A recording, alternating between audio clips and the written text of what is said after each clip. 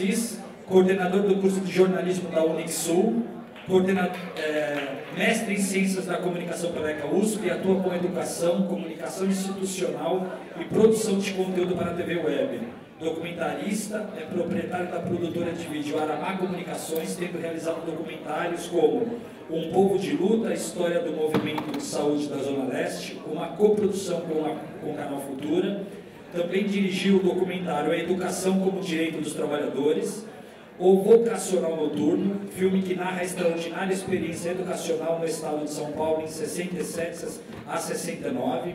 Antônio, por favor, o painel é seu. Muito obrigado, boa tarde a todos, a todas.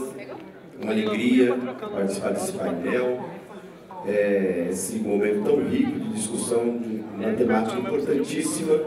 Filomena Saleme de Moraes, a jornalista com experiência em mais de 20 anos na área da comunicação, com prática em jornalismo impresso. Pode ser mais ao centro. Em jornalismo impresso, assessoria de imprensa, media training, com ênfase em radiodifusão. Trabalhou nas principais emissoras de rádio de São Paulo, sendo que deixou sua marca em mais de 15 anos de atuação na Rádio Eldorado, Estadão, emissora do Grupo Estado. Ali passou praticamente por todas as etapas profissionais, tendo atuado na reportagem, sendo depois chefe de reportagem e editora-chefe por 5 anos até 2013. Vencedora de 5 prêmios de jornalismo, entre os quais se destaca da Fundação Gabriel Garcia Marques para o Novo Periodismo Ibero-Americano, além do Prêmio Ayrton Senna de Jornalismo e o Prêmio Embratel de Jornalismo. Mestre em Ciência da Comunicação pela Faculdade Casper Libero, onde leciona, trabalha e pesquisa atualmente as práticas de podcast. Bem-vinda, Filomena. Vou chamar também, para dividir aqui o espaço com a gente, Jefferson Martinho, diretor do portal Visão Oeste de Osasco, é jornalista, tendo trabalhado em veículos regionais e construído uma carreira de múltiplas facetas. Bem-vindo. De apresentador de televisão e assessor de imprensa. Realiza trabalhos de consultoria em que aplica sua experiência em comunicação institucional, empresarial e sindical, tendo no passado executado estratégias de marketing político e de propaganda eleitoral, quando atuava no setor público. Já foi editor de veículo impresso semanal. Atualmente é proprietário da Nova Onda Comunicação, agência de comunicação integrada, desenvolvendo soluções de comunicação multimeios. Diretor de inovação do portal de mídia Grande São Paulo, o portal Visão Oeste, com cerca de 2 milhões de visualizações de páginas mensais. Também dirige a redação do material online Visão Oeste.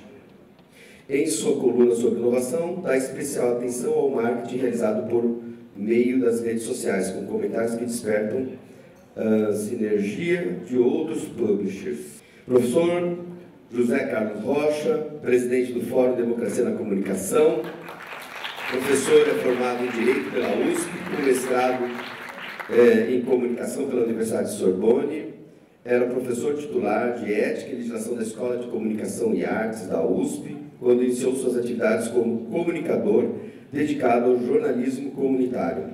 Em 91, foi um dos criadores do Fórum Democracia na Comunicação, entidade representativa das rádios comunitárias, também denominada Associação Brasileira de Rádio e TV Livre e Comunitária. Foi um dos formuladores do projeto de lei 1526 de 98, que instituiu o Serviço de Radiodifusão Comunitária. Daí se originou a Lei de Fomento às Emissoras de Rádio Comunitárias na cidade de São Paulo. Bem-vindo, professor. E também, para completar aqui o nosso painel, aqui do meu lado, Ana Maria Coluccio, do jornal São Paulo Zona Sul. Ana Maria Coluccio é bacharel em jornalismo, seja bem-vinda, pela Escola de Comunicação e Artes da USP, turma de 92, foi professora de inglês em empresas como Shell, Goodyear, BASF, Unibanco, Banco Francês e Brasileiro e Banco Mundial. Produziu conteúdo editorial, publi editorial, além de trabalhar em comunicação empresarial e criação de sites. Há quase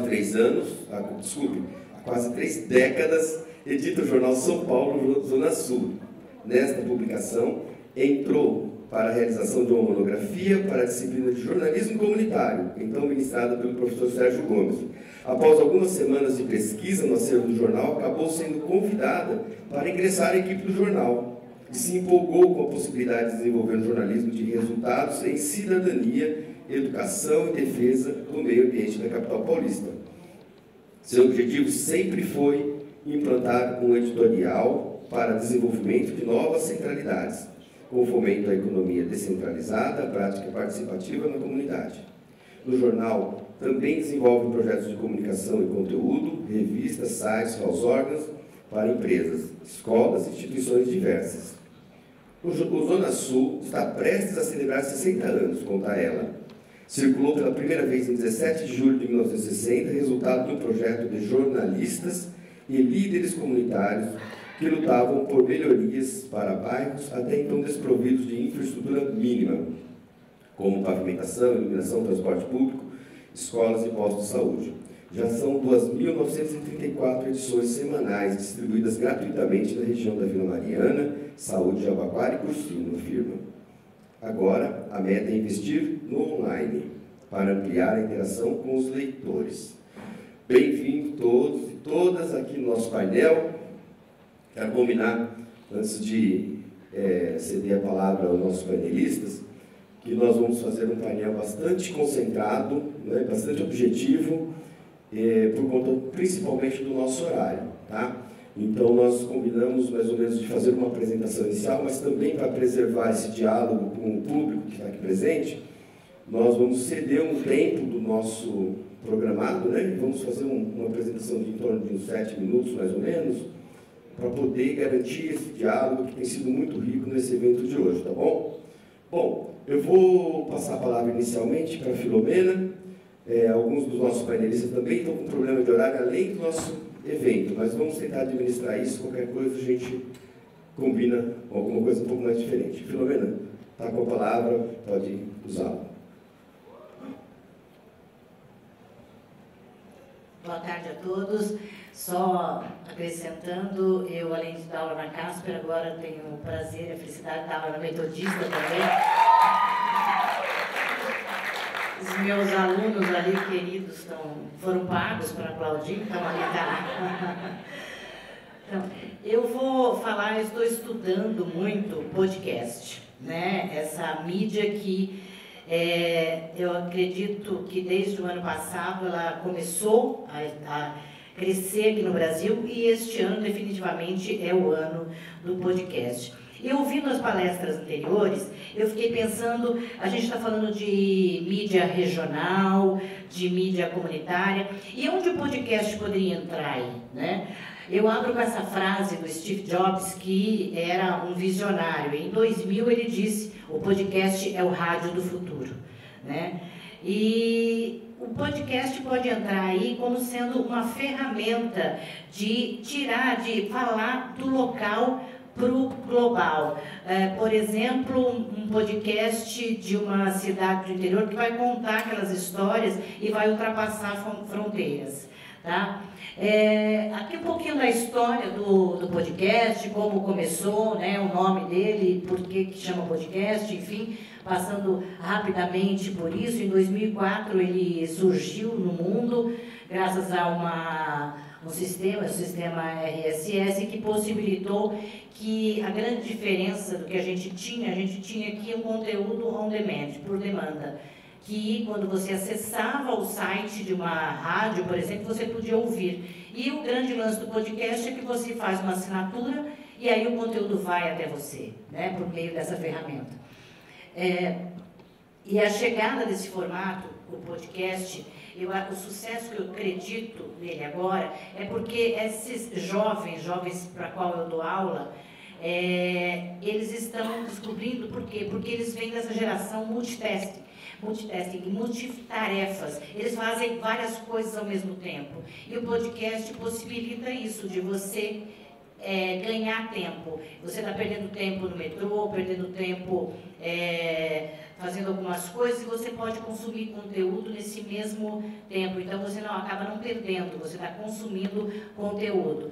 Nos Estados Unidos, o podcast já é um sucesso há muito tempo, desde 2004. O principal podcast é o Serial, que ele veio do programa dos American Life, e ele tem uma média de 80 milhões de downloads por temporada. É um número que aqui no Brasil a gente não chega, mas nem perto mesmo. No Brasil, a gente tem o principal, é o Nerdcast, que tem perto de 1 milhão de downloads, é o podcast que tem mais downloads aqui no Brasil, porque o Brasil começou em 2004, aí em 2006 sumiram os podcasts, em 2005 e 2006 que apareceu o Nerdcast, aí foi crescendo de novo, e desde 2017 é que vem uma onda, e o podcast passou então a crescer aqui no Brasil, e é uma grande ferramenta. Pode passar o próximo?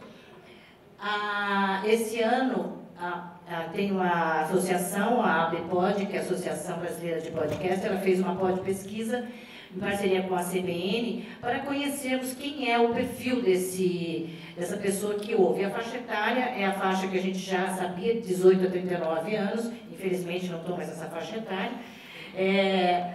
e 39% ouve podcast há mais de 5 anos, houve uma média de 5 podcasts, 42%, e geralmente quando executa tarefas. Então, conhecendo isso, você pode saber o que fazer podcast. Eu incluí podcast, eu estou dando aula metodista, agora comecei nesse semestre, mas na Casper eu dou aula já há 15 anos, e há 3 anos eu incluí podcast, eu dou rádio jornalismo, mas eu falo que eu dou audiojornalismo.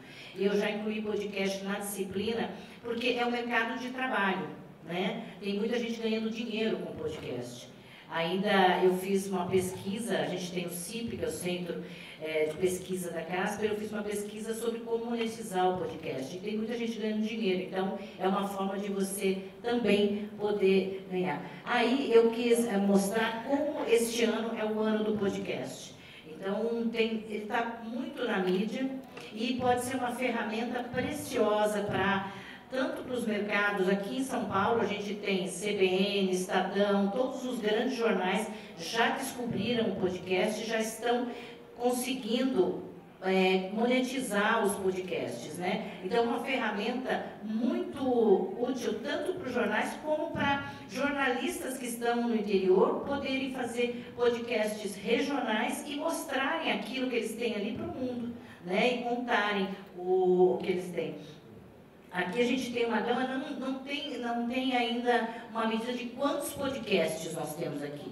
O último número que eu vi era em torno de 1.400, mas não existe uma pesquisa que mostre o número exato. A gente tem podcast de todos os formatos, de todos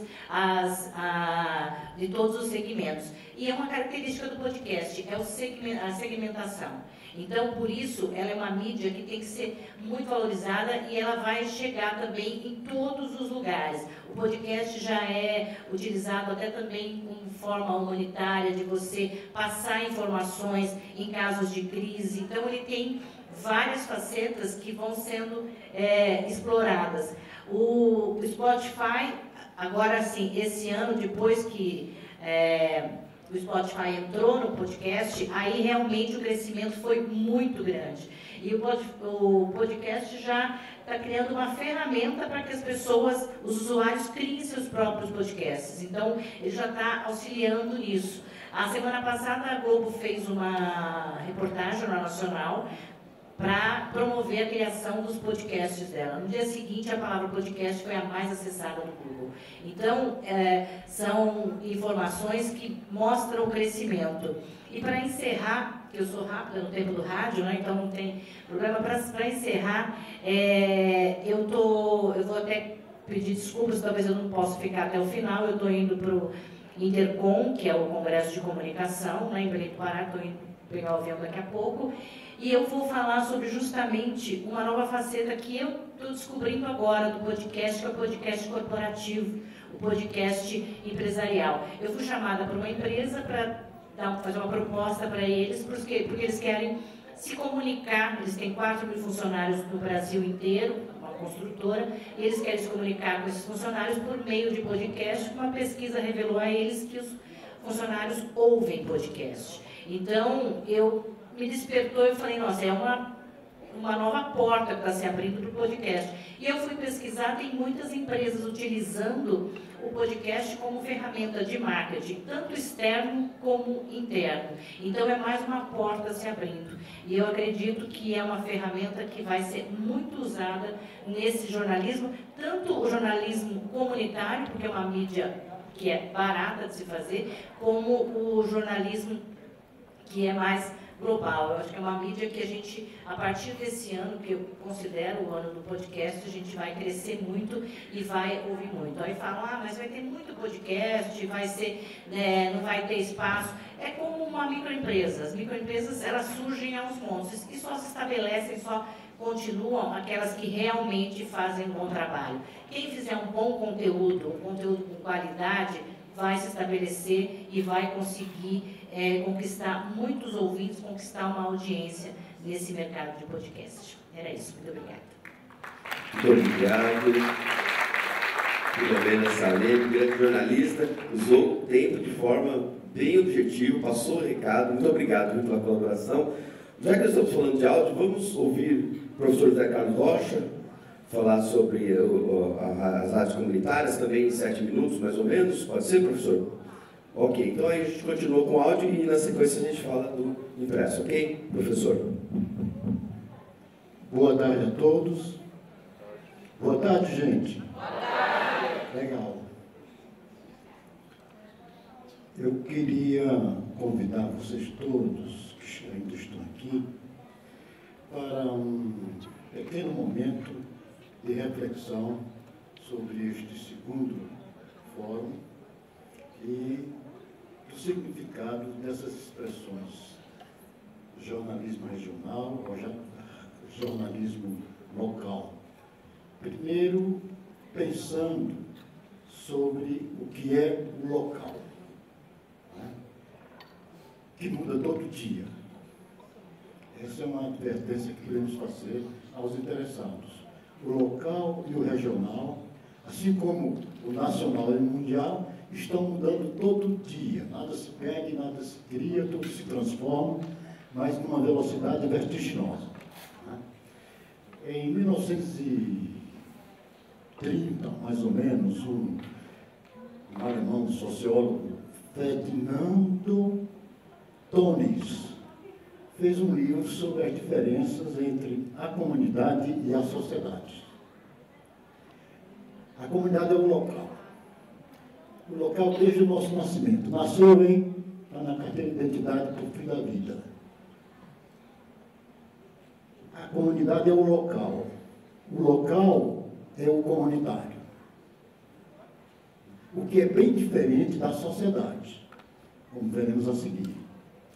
No local, a gente nasce, tem primeiro as relações familiares, depois a gente faz as amizades por afinidade, os namorados, as namoradas, e depois, de acordo com visões de mundo, de nossas cabeças, e de acordo com o interesse comum dos membros da nossa comunidade, a gente cria, fortalece uma união que pode ou não se transformar em sociedade. No local, a comunicação é direta, não há intermediários. Todos se entendem. E é nesse local, no local, que nascem os sonhos de transformação do mundo, de libertação da vida.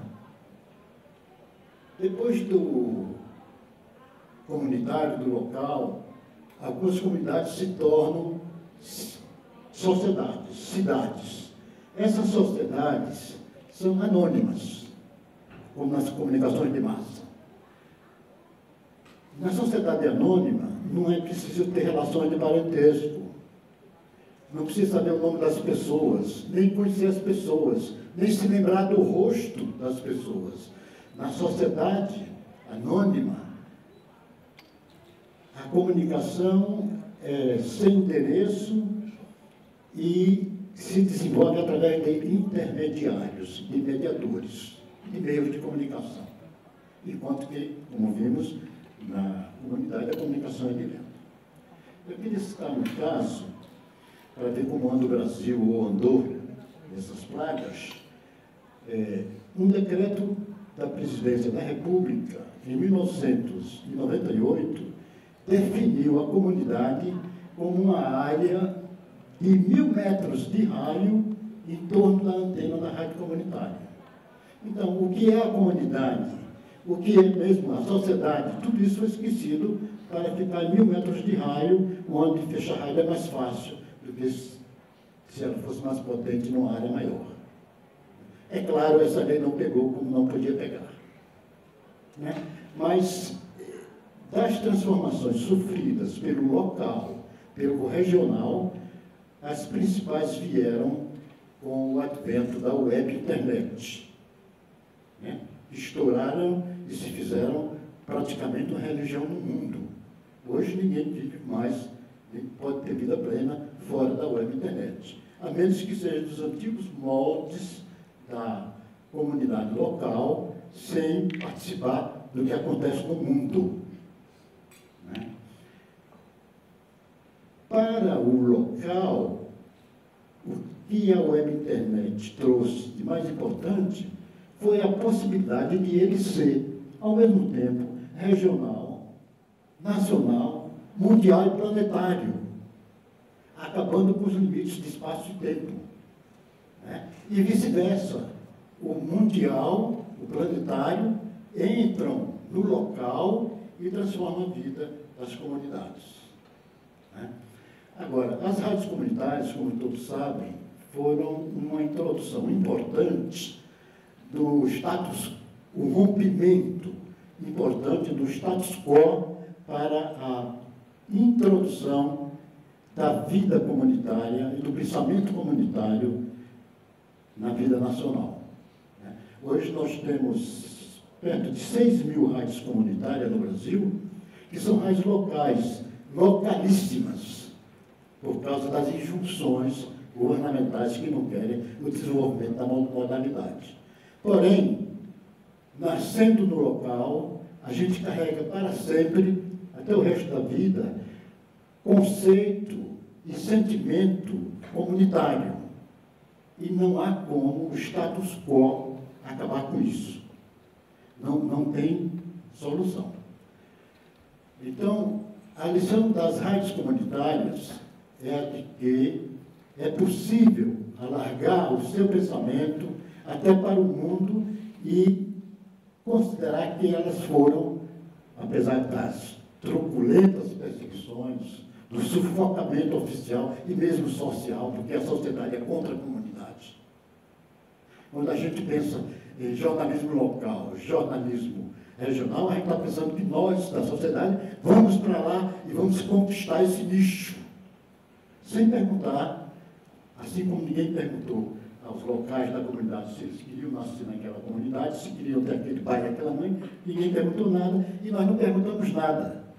Mas, aos poucos, a ideia mais democrática, de uma comunicação mais democrática, vai abrindo espaços e o local, o comunitário, abre seus portões, as suas porteiras, o aceita e hospitaliza, hospeda, né, a ideia social e cresce de acordo com ela.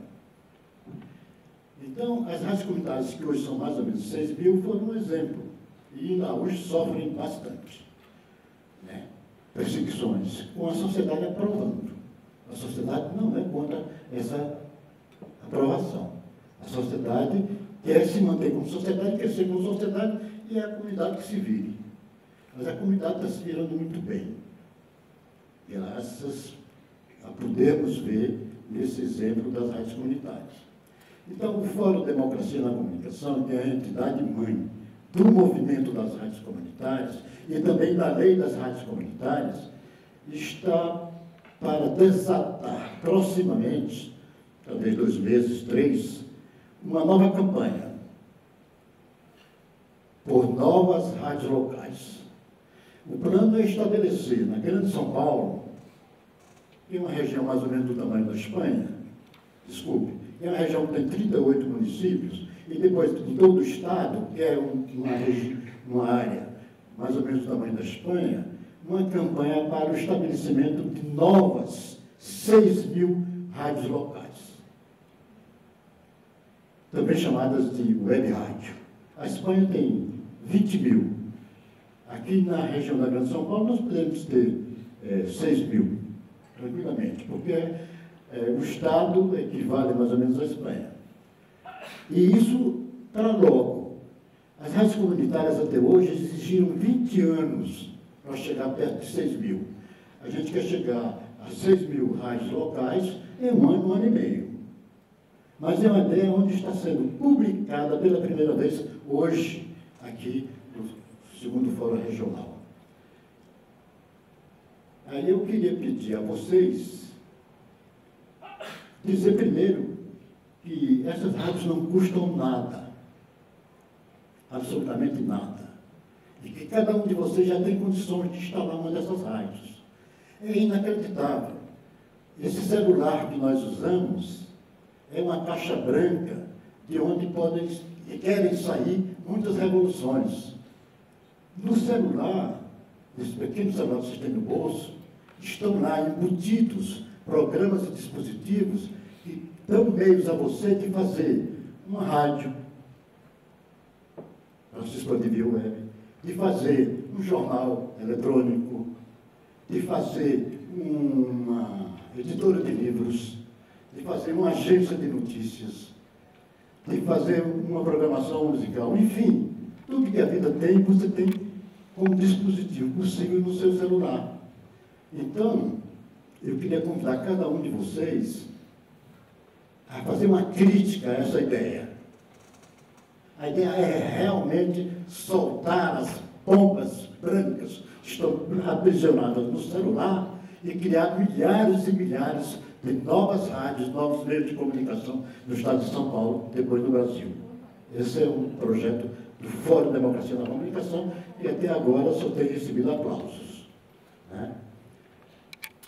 Talvez o nosso slogan, digamos assim, seja: ponha sua rádio TV no ar.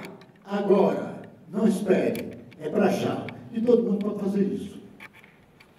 Então, eu acredito que o momento é esse de prestar um pouco de atenção para quem está nos locais, que isso vai começar junto às rádios comunitárias, isso vai ser uma campanha das rádios comunitárias, quem está lá, desatar o seu celular e pôr rádio, jornal, revista, blog, chat, o que for, no ar. É inacreditável, a gente fica citando números dos jornais que a gente lê e, às vezes, não pensa que, nesse momento que você está lendo o seu jornal, centenas de milhões de interconexões e intercâmbios estão estabelecidos na face do planeta, instantaneamente, por dia. Estou falando de centenas de milhões de ligações, de intercâmbios, de interconexões por dia. Se você prestar atenção aos números da internet, a web, são inacreditáveis, mas estão transformando o mundo. Talvez, quando a gente terminar esse seminário aqui, quando terminar esse encontro, as condições já sejam outras. Então é preciso agir rápido. O nosso e-mail é forum.fdc@gmail.com. Quem quiser detalhes dessa campanha, é solicitar e a gente envia. Né? Envia e junto com o convite para o ato de lançamento de uma nova revolução das comunicações em São Paulo e no Brasil. Eu queria agradecer a todos pela atenção e pelo convite de vir aqui e dizer que o local e o regional estão mudando, mas num sentido realmente libertador, no sentido de que os cidadãos do local, ao invés de só receberem as visitas dos cidadãos da sociedade, podem assumir e devem e vão assumir, já estão assumindo, já assumiram parte da comunicação em seus locais, mas uma comunicação nova que vai para toda cidade, para todo estado, para todo o país e para todo o mundo. Muito obrigado. Obrigado, professor. Desculpa que a gente está com problema de horário. A inspiração que o professor Paulo está aqui é muito grande, dá para a gente discutir bastante, mas realmente a gente está com o horário bem apertado. Ok, Filomena quer dar um tchau para nós todos. A Filomena está com problema de horário, ela tinha avisado. Desculpa, infelizmente eu vou ter que sair, porque senão eu vou perder o meu voo. Eu queria desejar para vocês um ótimo final de fórum e agradecer a participação aqui. Uma boa tarde a todos. Nós que agradecemos pela viagem para nos representar. Bom, gostaria de passar a palavra para o Jefferson Martinho, do portal Visão Oeste. Com a palavra, Jefferson. Obrigado, boa tarde a todos. Em primeiro lugar, agradecer aí a plataforma Negócios da Comunicação pelo convite, ao Márcio, ao professor Márcio, agradecer ao professor Carlos, que mediou esse contato com a gente do SECOM. E dizer que é uma honra estar aqui, trazer um pouquinho da nossa experiência, né, no portal Visão Oeste, que pode auxiliar outros colegas, auxiliar outros veículos que estão neste momento de dificuldade, atravessando essa jornada, essa disputa com a mídia digital, a mídia impressa, como é que é isso, como é que faz, o que é esse mundo da mídia digital. Para contextualizar um pouco, o jornal Visão Oeste, como jornal impresso, é um jornal com 13 anos. Eu trouxe aqui uma apresentação, mas vai passar aqui a apresentação, senão a gente não vai ter tempo aí de bater esse papo. Mas é um jornal com 13 anos, eu fui editor dele durante 6 anos, né? E no finalzinho dele já estava a empresa degringolando. A gente vive uma realidade muito, muito peculiar ali na região de Osasco, né? São jornais até com grande tiragem. O Visão Oeste tinha 35 mil exemplares semanais, a maioria são semanários na região. Tem um único jornal diário, assim mesmo ele não tem edições aos domingos e às segundas, mas é um jornal com 35 mil exemplares, do qual eu fazia a edição, degringolando, e simplesmente porque a gente percebia que para nós e para todos os outros, ainda hoje, acho que são heróicos os que mantêm a edição impressa, a conta não fecha. Né? A realidade da publicidade, né? São todos jornais gratuitos, distribuição gratuita, então a realidade do mercado de publicidade para esses jornais não fecha, continua não fechando, e quem ainda não procurou converter para outro modelo de negócios vai ter dificuldades e em algum momento vai ter que fazer isso. Mas para a empresa não fechar, a gente já era sócio de uma agência de comunicação, sócio Walter ali na Nova Onda, nós resolvemos fazer uma oferta de compra do jornal para transformá-lo numa mídia digital, com um projeto de transformar isso numa mídia digital para dali 1 ano e meio, 2 anos. Acabou que nós fomos fazer isso em 3 meses. Porque, assim, além de não fechar a conta, o mercado estava caindo de uma forma vertiginosa. E embora o jornal já tivesse lá o seu portal, embora o jornal já tivesse uma presença web, resgatando aqui a fala do professor José Carlos, quem não estiver na web está morto, e está mesmo, mas ele ainda era feito com a lógica do jornal impresso, né? O timing do jornal impresso de uma vez por semana, quando a notícia no final da semana já ficou obsoleta, né? Ela foi noticiada ao longo da semana ou num grande portal, ou saiu de forma marginal, né, deturpada nas redes sociais. Então, como fazer essa conversão, né, para o digital e transformar-se num produto relevante e rentável, né, do ponto de vista, porque toda empresa tem que dar lucro, né? A gente tem que ter vergonha de ter lucro, mas tem que fazer um produto bom, um jornalismo de qualidade, com respeito à verdade, os princípios éticos, como já foi dito nos outros painéis. E a gente passou por toda essa jornada, né, de conversão. O portal, quando nós decidimos, em março de 2017, efetivamente fazer a última edição saiu em abril de 2017, nós tínhamos online por mês 85 mil leitores, visitantes únicos no site. Leitores únicos, são medidas aí da internet, né? Os meninos das métricas entendem, 85 mil IPs únicos por mês no site. Hoje, né, dados agora de agosto, eu trouxe um gráfico aqui para frente, era uma estimativa no fechamento de agosto, nós fechamos agosto com 2 milhões e 600 mil page views, né, 1 milhão e 200 mil leitores. O impresso nem nos seus melhores sonhos atingiria essa quantidade de pessoas, né, dos quais 75%, e a gente tem essa métrica exata a partir de ferramentas digitais, que já foram expostas aqui, no Analytics, o Google, dos quais 75% são ali da nossa região. Né? E isso nos permitiu atingir com autoridade, inclusive áreas próximas, jornais locais nunca se interessaram, né, ou nunca tiveram perna para alcançar aqui toda a região oeste da capital, né, que o Visão passou a atingir a partir desse crescimento e, eventualmente, em outros locais do mundo, Portugal, outros países de língua portuguesa e até visitantes falantes da língua portuguesa, mas que estão em outros países, que não são efetivamente o nosso foco, mas acabam sendo, né, leitores dos nossos conteúdos a partir das possibilidades que a web, né, sobretudo a web, nos fornece. Agora, essa conversão ela vem cheia de desafios, né? Porque no primeiro momento, você tem uma crise de identidade, você está acostumado a fazer papel, você está acostumado com o processo de gráfica, a edição é de um jeito, a formatação, o timing é de um jeito. Então, esses desafios, nós passamos por todos eles ao longo dos últimos 2 anos, para ir descobrindo os caminhos para transformar um jornal decadente numa mídia absolutamente relevante, né? Então, como você utiliza, qual é o papel das redes sociais, e a gente foi descobrindo que as redes sociais, a linha do edição do painel anterior aqui, mas as pessoas não leem, né? Não é que elas não têm tempo, as pessoas têm preguiça. A gente vê no portal, inclusive a gente, o Visão Oeste como veículo, dá pouca importância, exceto aquela de repercutir o seu conteúdo no Facebook, às vezes, porque os leitores se organizam, às vezes, para vocês não terem que clicar na matéria, que é o que monetiza o jornal, está aqui o conteúdo, eu vou postar aqui. Então, é legal isso, né? Para evitar que o coleguismo, para evitar que as pessoas tenham que clicar e sair do Facebook, né? Vai lá e coloca o conteúdo um pouco chupado do jornal.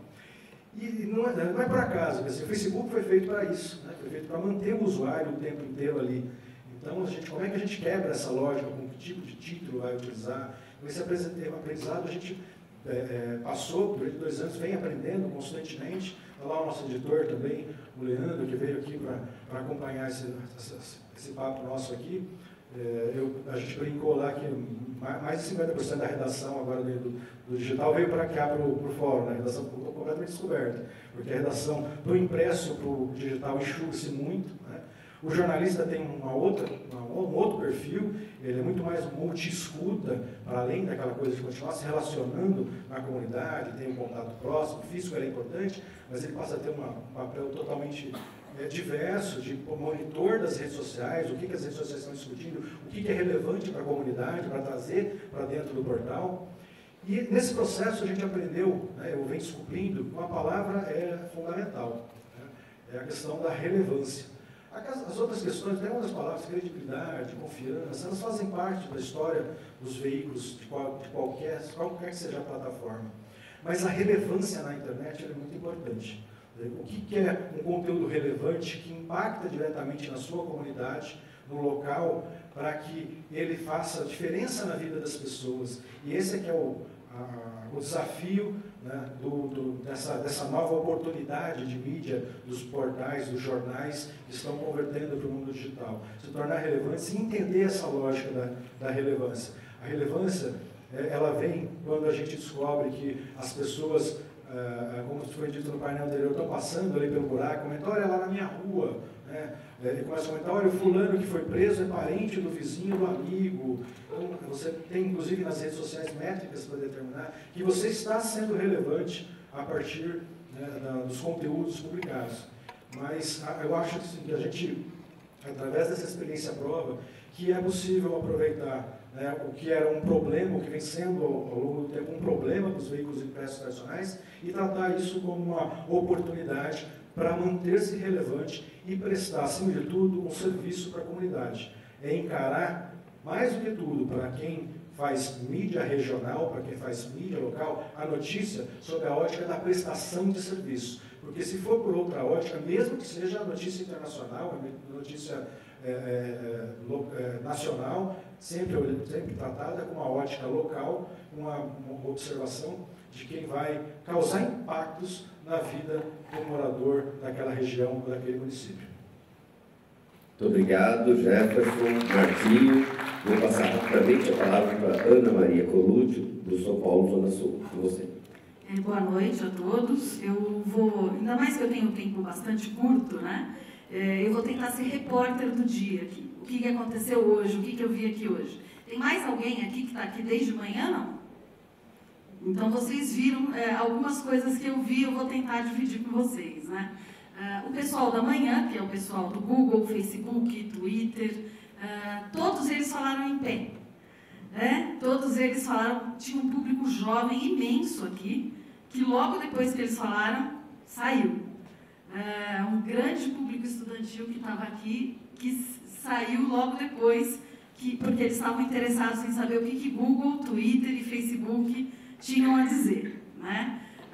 Eu também notei, assim, uma presença, infelizmente, ainda pequena de mulheres aqui em cima, na mediação, desculpa, viu, Aziz, mas não tinha nenhuma, só homens, né? Poucas mulheres aqui, em compensação na plateia, muitas mulheres, né? Então, eu quero dizer assim, quando a gente está aqui para discutir o futuro da comunicação, tem algumas coisas que são essenciais.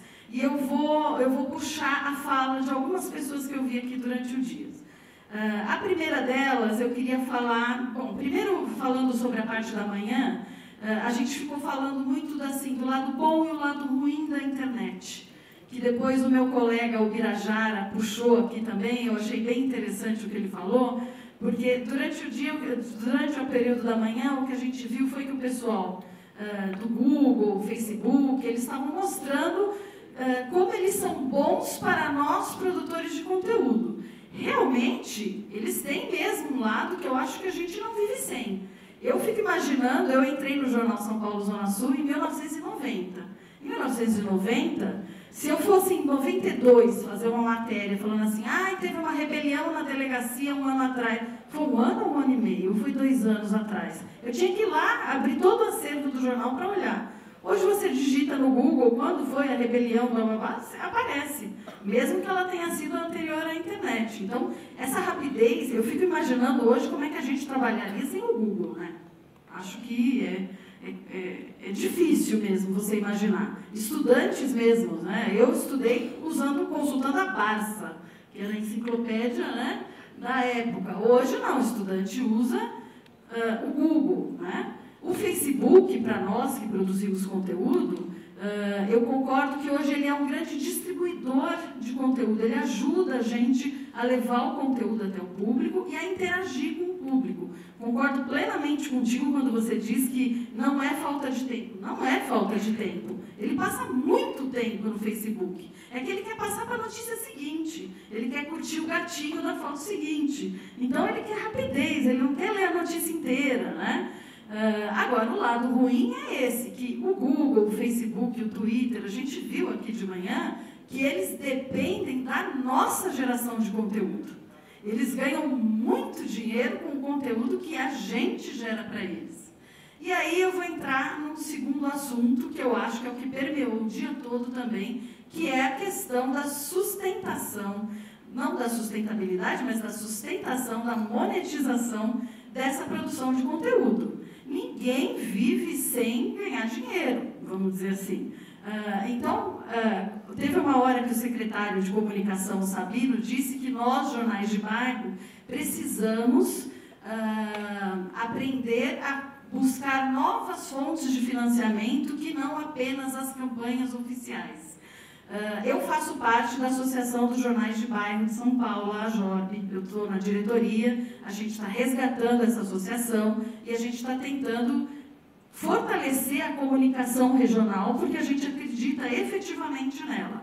E quando ele fala que os jornais precisam buscar outras fontes de financiamento, eu acho muito importante a gente apontar uma coisa. Quem é que financia? Teve uma época que se questionou muito isso na TV. E aí eu vou resgatar um pouco o que aquele colega que estava sentado aqui da Record falou. Ele estava aqui nesse mesmo lugar que eu estou agora. Isso, André. Quem é que financia a baixaria? Será que, às vezes, é o próprio poder público? As grandes corporações?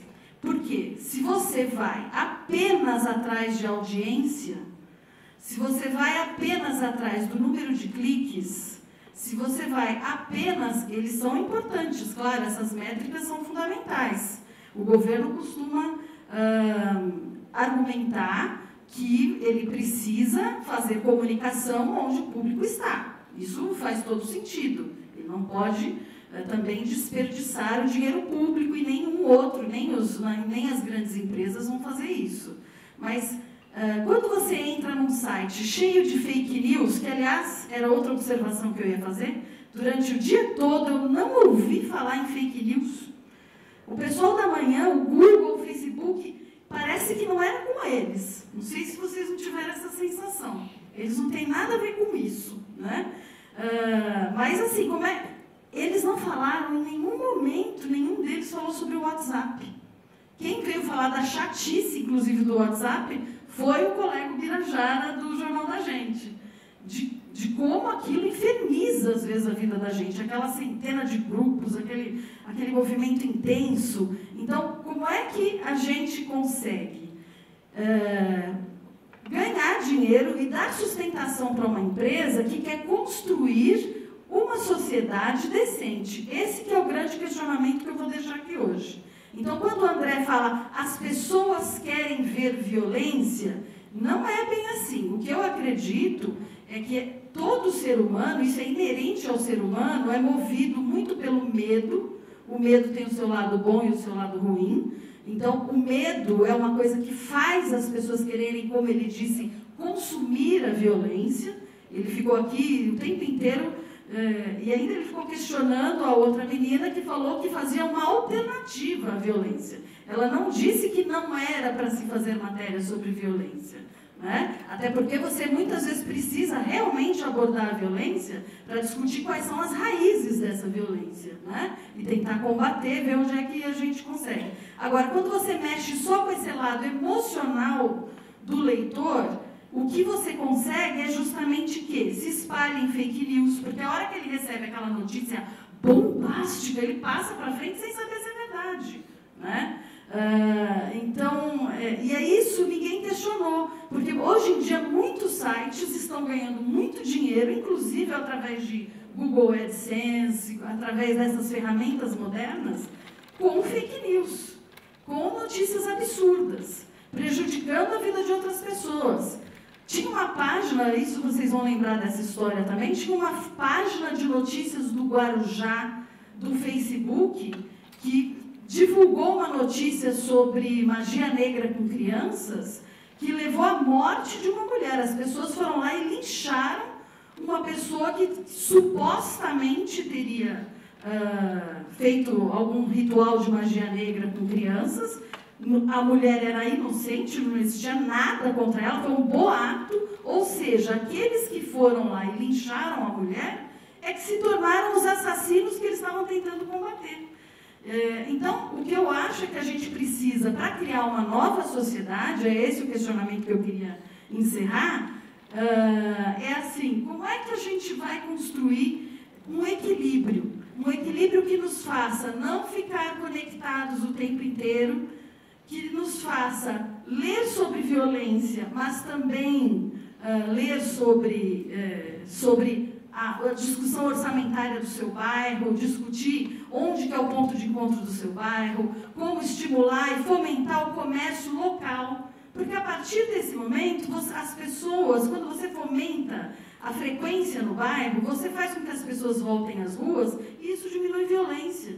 Existem pesquisas internacionais que mostram que isso diminui a violência, porque as pessoas estão ocupando as ruas. E porque também você está gerando movimento no comércio do seu bairro, gerando emprego. Existe toda uma corrente do bem que surge a partir dessa que eu falo aí na minha apresentação, dessa criação de novas centralidades, a partir do momento que a comunidade ocupa o espaço público que é dela. E isso é o nosso papel como jornalistas comunitários, é isso. Então, os grandes patrocinadores, porque toda notícia é patrocinada, a gente não pode esquecer disso nunca. Toda notícia tem que ter. Como é que você vai ter uma equipe de jornalistas se você não tem patrocínio nenhum, né? Como é que você vai ter todas as ferramentas, por mais que hoje a gente conte com muitas ferramentas gratuitas, viáveis e popularizadas, as pessoas, para produzirem notícia de qualidade, fazer apuração, elas precisam de patrocínio. E como é que você vai conseguir gerar todo esse conteúdo se os grandes patrocinadores estão todos preocupados apenas com o clique, sem avaliar o conteúdo? E essa é um nó complexo, porque, ao mesmo tempo, a gente sabe que muitos dos patrocinadores querem sempre conteúdos que sejam, de alguma forma, positivos para ele ou em consonância com os pensamentos e postura social deles. Nada que seja conflitante, eles vão querer. Então, o que eu acho é que só o jornalismo comunitário pode formar pode ajudar a construir uma nova sociedade. Como nós precisamos passar a formar leitores, ouvintes, espectadores. As pessoas só gostam de ler sobre violência. Vamos ensiná-las a ler outras coisas. Vamos fomentar que elas se preocupem que essa violência só vai diminuir, só vai deixar de ser um fantasma na vida dela quando a comunidade dela se fortalecer. É isso. Nossa Senhora, muito bom, obrigado.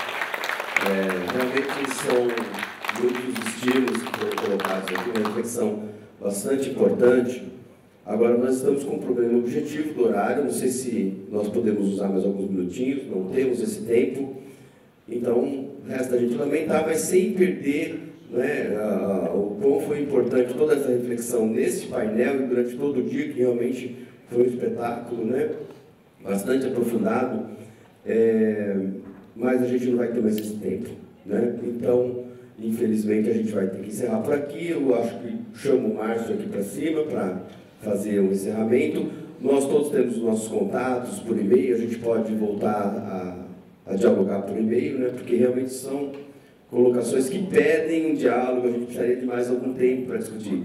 Eu peço desculpas à plateia, porque nós tínhamos combinado de vocês participarem agora, e é muito chato a gente não poder ter esse tempo, mas isso parece que não é possível. Eu queria propor ao Márcio que divulgue os nossos e-mails, os e-mails de todos os palestrantes do dia, até, se possível, alguma forma de contato, para que o público possa interagir. Eu vou passar a palavra para o Márcio, que é o dono da organização, ele dá esse encaminhamento, ok? Todos os debates estarão disponíveis daqui a 2 semanas nas redes, então vocês vão poder ver todos e a gente vai colocar o endereço de todos que permitirem, e-mail e o que mais permitirem no nosso portal, né, em todas as nossas plataformas, tá? Então vocês vão poder se comunicar, se eles permitirem até celular, colocarem no celular também, WhatsApp, enfim, tá bom? Gente, vamos fazer a foto aqui de final?